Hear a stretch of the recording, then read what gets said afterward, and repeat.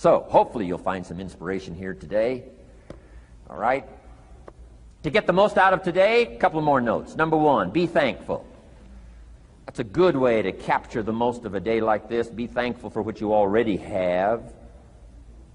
That shouldn't be any problem in America, being thankful.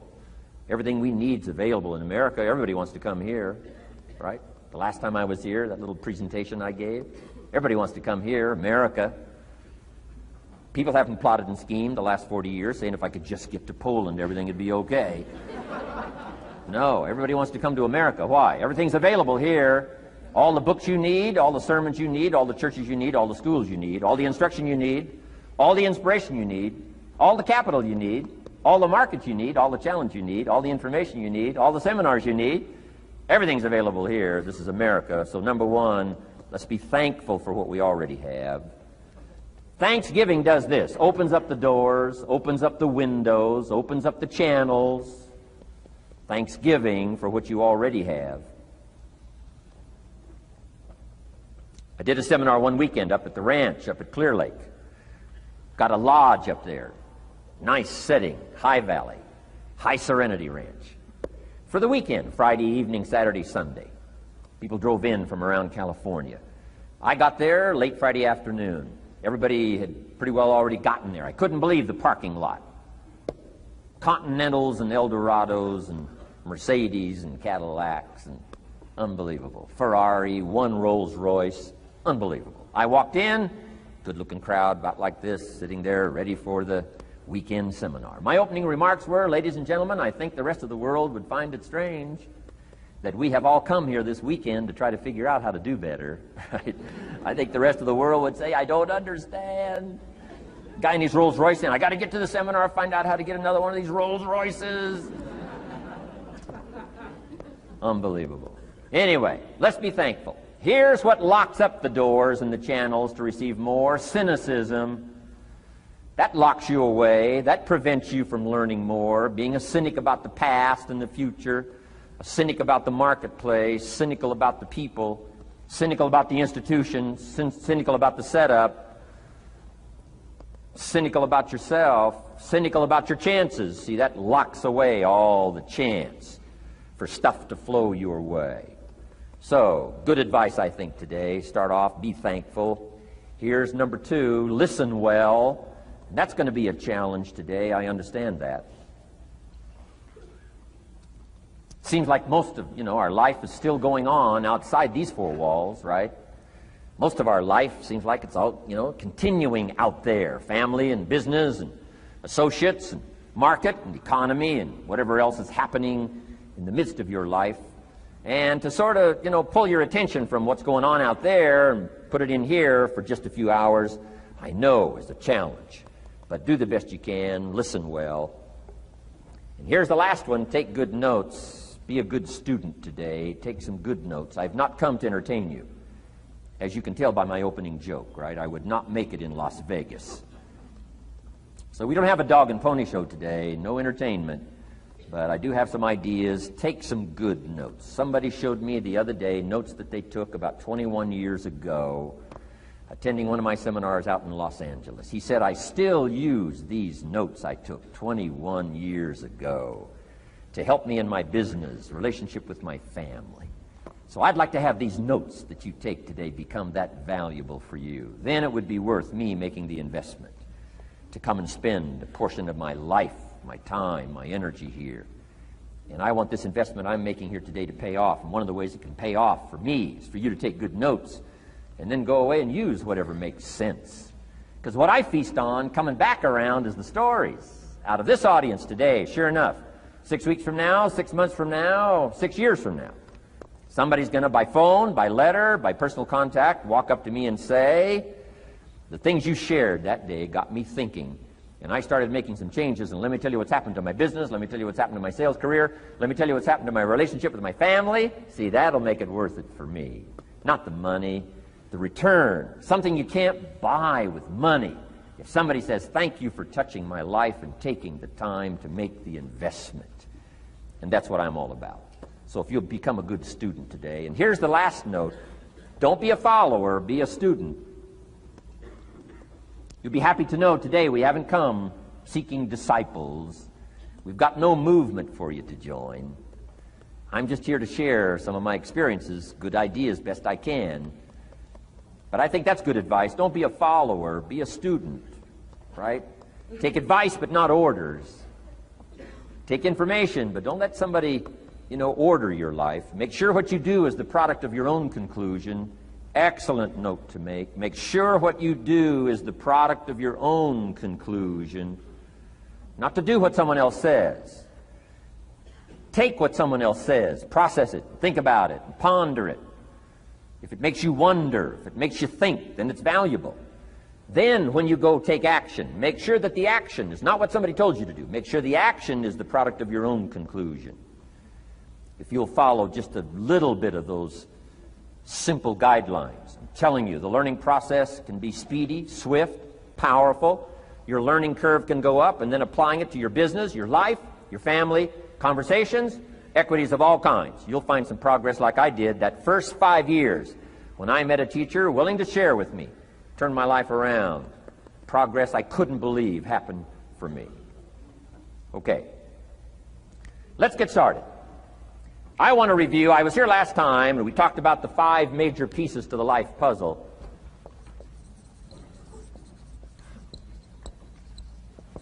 And I just want to review those because it lays such a good foundation for all the rest that I want to share with you today. We got a lot of subjects to cover, so we're going to go rather swiftly, okay?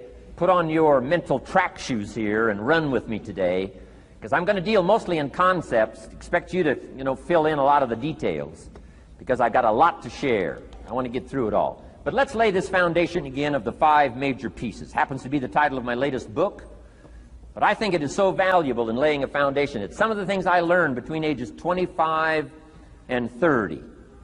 The teacher who taught me so well. He dealt in these fundamentals, we call these fundamentals. We call these basics. Basics for sports, fundamentals for sports, fundamentals for your business, fundamentals for the way you deal with your family, a few simple things. Few basic things that if you practice every day can make all the difference in the world, how it works out. I boiled it down to 5 major pieces to the life puzzle. Let's just review those. Number 1 is philosophy. Philosophy, as I taught the last time I was here, philosophy, in my personal opinion, is the major determining factor in how your life works out. Philosophy, the major determining factor in how your life works out. Philosophy. To form our philosophy, you got to think. You got to use your mind. You got to process ideas. And this whole process over a lifetime, starting way back here when we were children, schools that we've attended, our parents, our experiences, all this stuff that we've processed by the thinking process helps to develop our philosophy. And in my opinion, each person's personal philosophy is the major factor in how your life works out. Here's what I called it in that last presentation when I was here. It's called the set of the sail. Each person's personal philosophy is like the set of the sail. Now, I used to think it was circumstances that ordered my life. If someone would have asked me at age 25, Mr. Rohn, how come you're not doing well? Pennies in your pocket, creditors calling, nothing in the bank, behind on your promises to your family, you live in America, 25 years old, got a beautiful family, every reason to do well, and things are not going that well for you. What is wrong here? It would not have occurred to me to blame my philosophy. I mean, it would not have occurred to me. Saying, well, I got this lousy philosophy, and that's how come I got pennies in my pocket and nothing in the bank, and things aren't working well. That would not have occurred to me. I found it much easier to blame the government. Much easier to blame the tax problem. I used to say taxes are too high. Top tax rate when I first started paying taxes, 91%. Back then, when your income reached a certain level, all your income over that, 91%. So I used to say that's too high. Now the top tax rate's about 33%. But people are still saying what? Taxes are too. See, but you can't use that anymore. If it's gone from 91 to 33, how could it be too high? Come on. I threw all that old excuse stuff away. Some people found it, though, and they're using it these days. my old list. I used to blame the traffic, the weather, used to blame circumstances, right? People say I'm too tall, I'm too short, I'm too old, I was raised in obscurity, raised on a farm, parents of modest means, all the stuff. If you were to ask me, how come you find yourself here, Mr. Rohn, age 25, living in America, land of abundance and opportunity, pennies, zero in the bank, not doing well, creditors calling, it would not have occurred to me to blame my philosophy. I found it easier to blame the company policy. I used to say, if this is all they pay, how do they expect you to do well? So I figured that, my future was going to be tied to what everybody else was arranging, the economy and, right, interest rates. I used to say things cost too much. That was my whole explanation, not my philosophy, until my teacher taught me better that this is where the problem was, my own personal philosophy. Here's what's exciting about each person's personal philosophy. That's what makes us different than dogs and animals and birds and cats and spiders and alligators. That's what makes us different than all other life forms. The ability to think, the ability to use your mind, the ability to process ideas, and not just operate by instinct. In the winter, I'm telling you, the goose can only fly south. What if south doesn't look too good? Tough luck. It can only fly south. But see, human beings are not like a goose, can only fly south. I mean, you can turn around, go north, you can go east, you can go west, you can order the entire process of your own life. And we do that by the way we think. We do that by exercising our mind. We do that by processing ideas and come up with a better philosophy, a better strategy for our life, goals for the future, okay? Plans to achieve those goals. All this comes from developing our philosophy. Philosophy helps us to process what's available. Well, when we get here, we got seed, and we got soil, and we got some rain, and we've got some what? Sunshine, and we've got some seasons, and what? The miracle of life. Now, the key is, what do you do with all this stuff? How do you turn all this stuff that's available here into equity and promise and lifestyle and dreams and future possibilities? All of this that's possible now with human beings, how do you take all this stuff and turn it into this equities and values? Well, it starts with philosophy. What is the seed? What is the soil? What is the sunshine? What is the rain? Is it possible to take some of each of all the stuff that's available and turn it into food and turn it into value and turn it into nourishment and turn it into something spectacular and unique that no other life form can do? And the answer is yes. But you cannot deal with all this stuff and what to do with it unless you start refining your philosophy.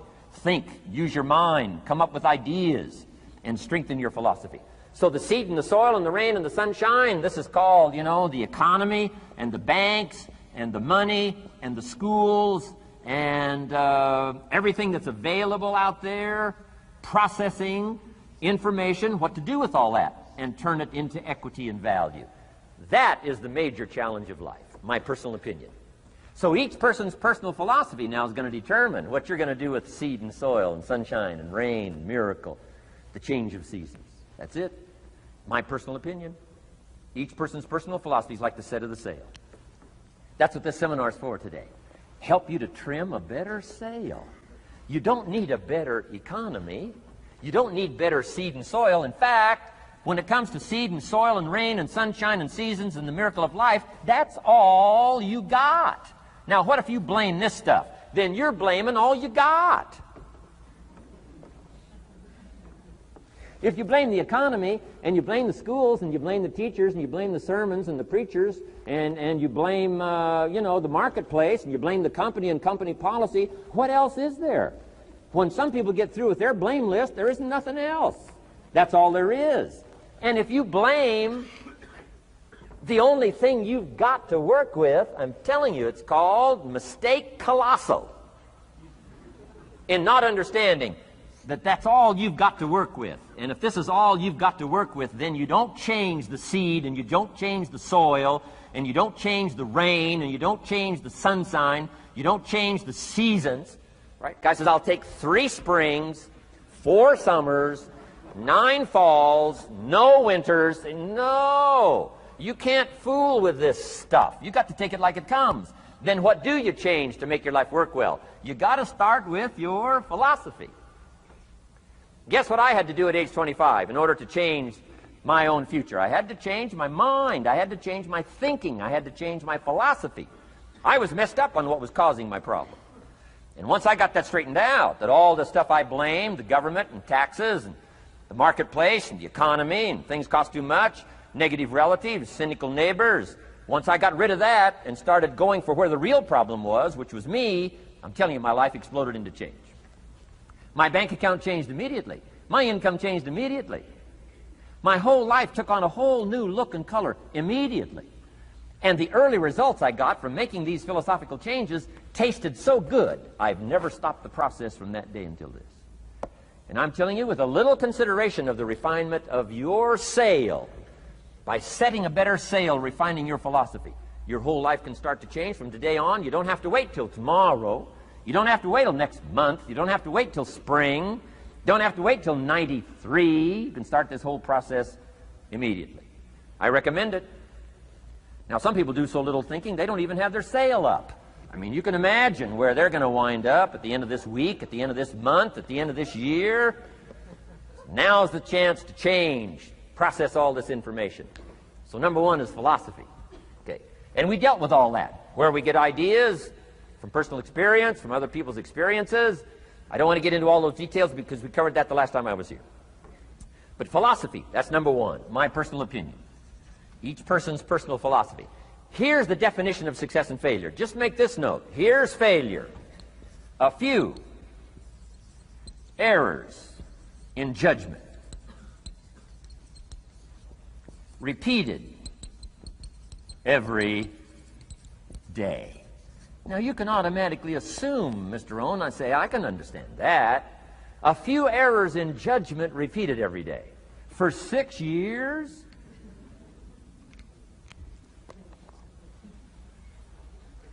I'm with my father. I think I told this story the last time I was here. My father, 88 years old, he's never been ill, still hasn't retired.